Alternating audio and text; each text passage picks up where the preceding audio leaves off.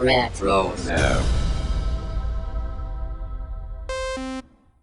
Hey, this is Catherine Tabor, Senator Padme Amidala from Star Wars The Clone Wars, and you're listening to Jay and Dennis on Podcast Stardust. Stay on the light side.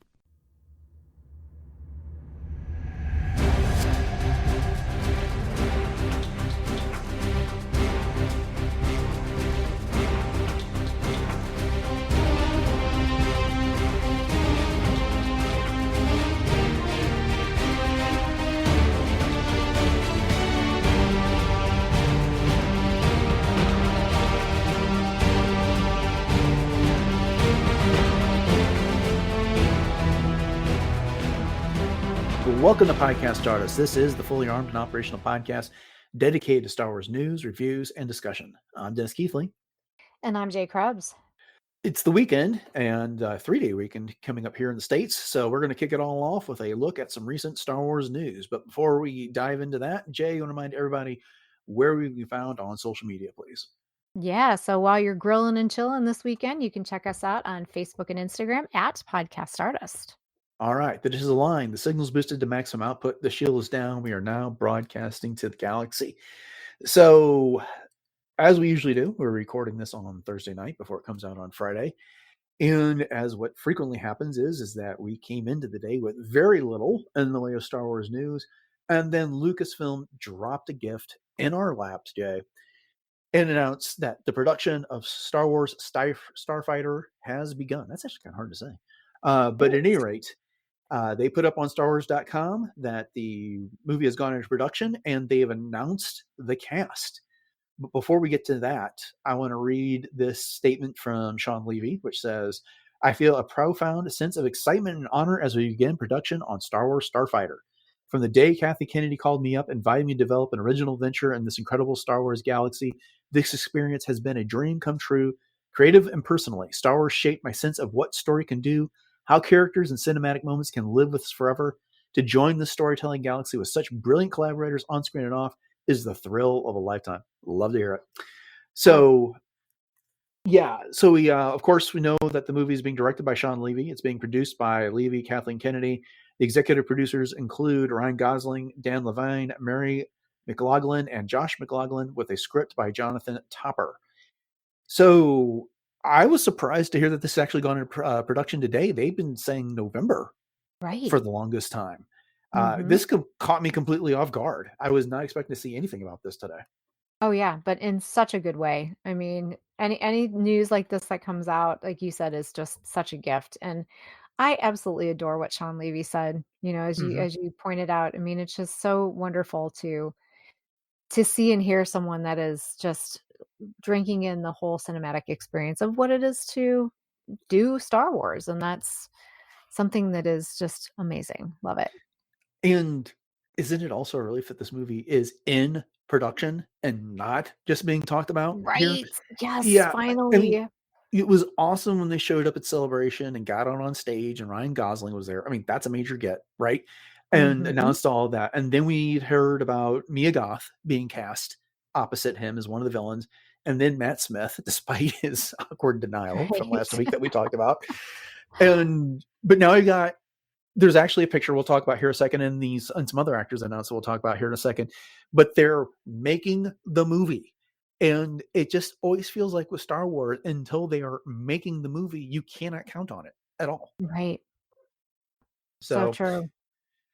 So anyway, so let's, it's like I said, I've already mentioned Ryan Gosling, who of course we all know from Barbie, The Fall Guy, The La La Land, and others. And then Matt Smith and Mia Goth are there. Other people that have been announced: Flynn Gray, who appears to be playing the kid that Ryan Gosling's character is set on protecting and delivering somewhere. I had no idea who this guy was, but apparently he's in Wednesday, which I have not seen. He's known for that. Sherlock and Daughter, Rose's War, and Borderline. Are you familiar with Flynn at all?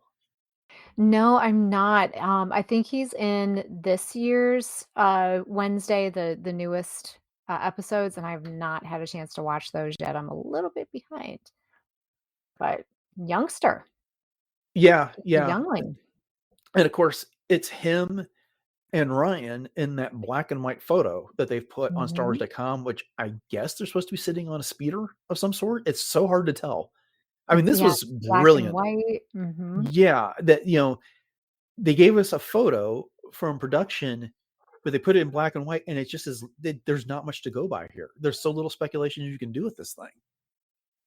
But obviously, I mean, the 2 of them are gonna be sharing a lot of screen time, and from what I've gathered, I was doing a little bit of research here and there, is that there's some speculation that he could be playing Ryan Gosling's nephew, Oh, okay. so who knows?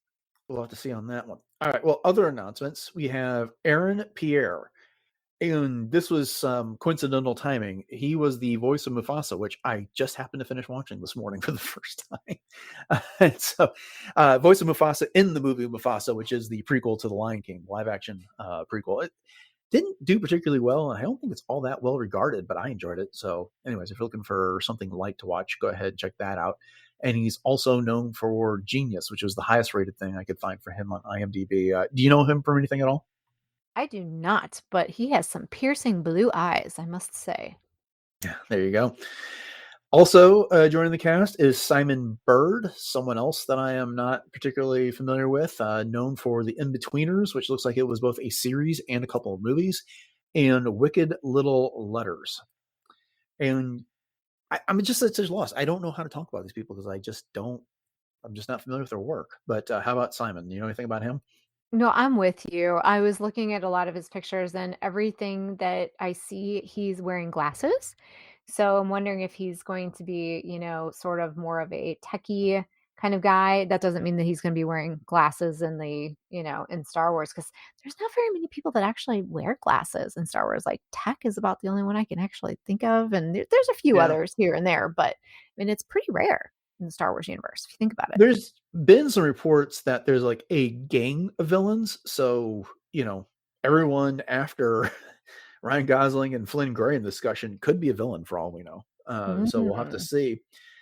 Also joining the cast is Jamail Westman, who is known for Good Grief and The Essex Serpent. He did not have a particularly in-depth IMDb page. So I don't know if that means he's just that much of a newcomer, but I hadn't seen any of those things. By chance, have you? No, but he did actually play Hamilton in the West End production Well, there you of go. the play Hamilton. So it's kind of interesting because both he and Ryan Gosling have a lot of, singing and dancing background to them. So that's kind of a very interesting array of actors that they have on set. Hamilton is quite the stepping off point. That's for certain. Yes. Next on the list is Daniel Ings. I like that last name, Ings. Known for The Gentleman, and he played Tyrone in The Marvels, which is a role I am familiar with. So, again, without knowing what he's going to be doing and not having a type of character description, I guess there's only so much that can be said, but looks like a welcome addition to the cast. Yes, and I have to say, I since you're familiar with him through, one of his other works, when I looked up pictures of him, as soon as he popped up, I thought, "Oh my gosh, he could be related to Oscar Isaac." So all Oh, I could think of was, I wonder if he could be playing Castameron. I mean, could that be a thing? Could he be playing Poe's dad? Because he is a little older. I mean, I think he's around the same age perhaps as Oscar Isaac is, but some of the pictures that I'm looking at here, he looks more distinguishedly older, I guess you could say.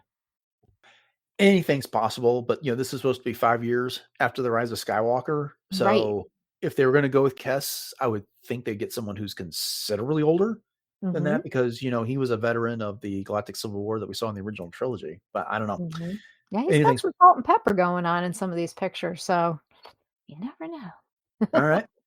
And then the last and probably most notable addition to this cast, which completely caught me off guard, Amy Adams, Yeah. which we know from American Hustle, The Muppets, Night at the Museum, Battle of the Smithsonian, Enchanted, and Zack Snyder's DCU movies, where she played Lois Lane several times. I had heard nothing about this. I mean, we knew after they talked about casting Matt Smith and Mia Goth that there was lots of comments about casting was ongoing. They're looking for other roles, but I am shocked that they kept this one under so many wraps. That didn't get out there. That Deadline and Vanity Fair, Variety, Hollywood Reporter weren't reporting on this. Right. No, I totally agree with you. And this is a huge get. I mean, you Mhm. talk about, I mean, just between she and Ryan Gosling, the two of them, I mean, that to me makes it an all-star cast. Yeah, yeah.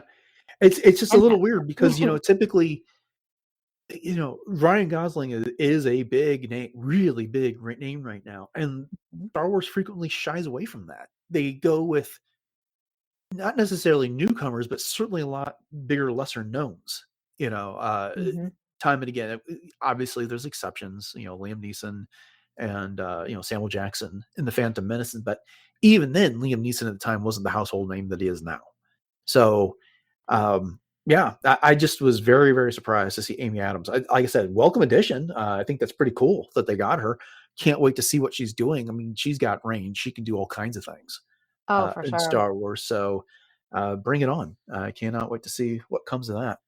Yes. Uh, yeah, but again, this is coming out on May 28th, 2027. So we got Mandalorian and Grogu a year before that. And then, of course, we'll be seeing New Hope in theaters a month before that. So lots of Star Wars goodness in the theaters coming up. I cannot wait.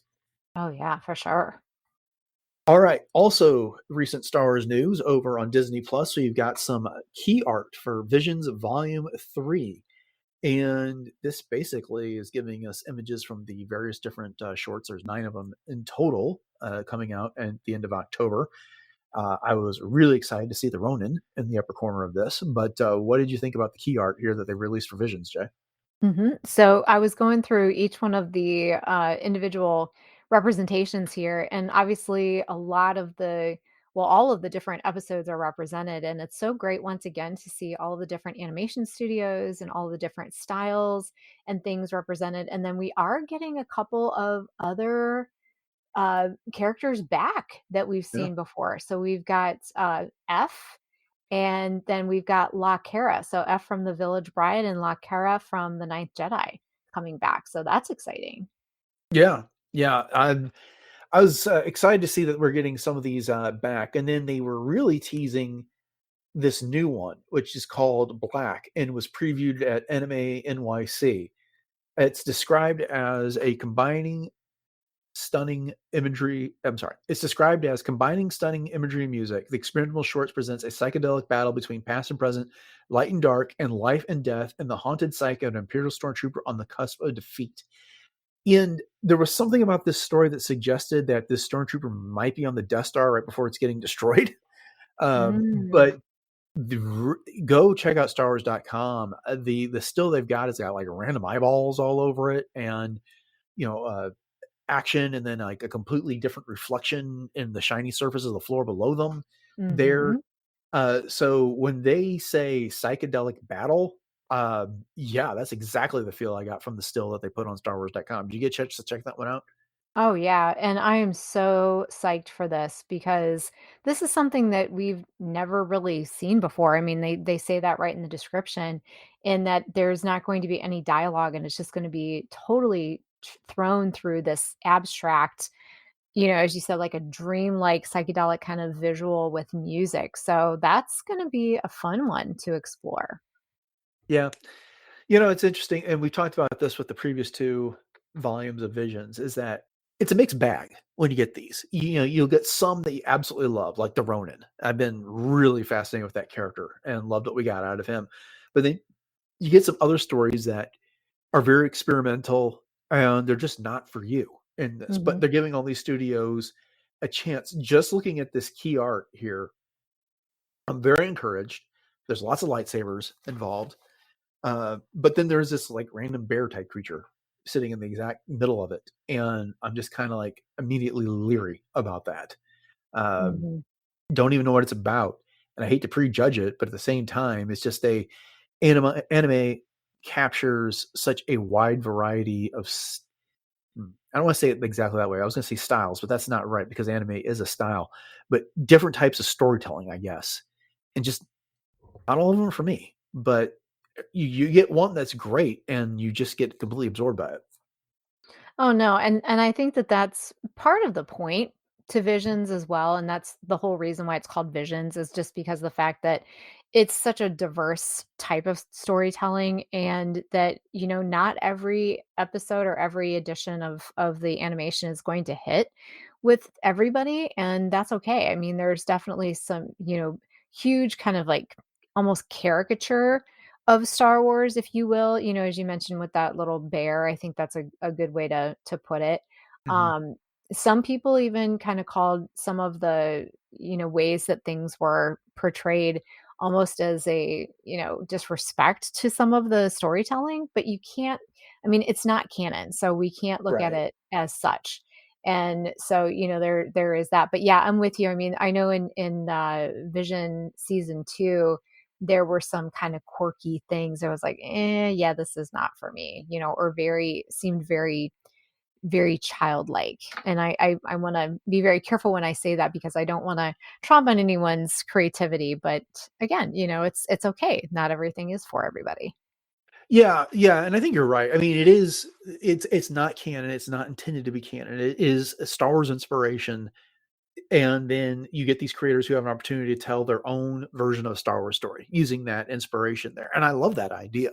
Hmm. Just sometimes it works better than others. I mean, the idea behind Ronin, that there are these Sith that attempted to rebel against an emperor and his Jedi guardians there. That's what we got out of the Ronin book, of course. And then things went badly, Right. and then so the Ronin's hunting down all of his former Sith. That's the backstory that we get from that book that then goes on to fuel all these stories that we're to see on screen, and that's fantastic. That really Hmm. works.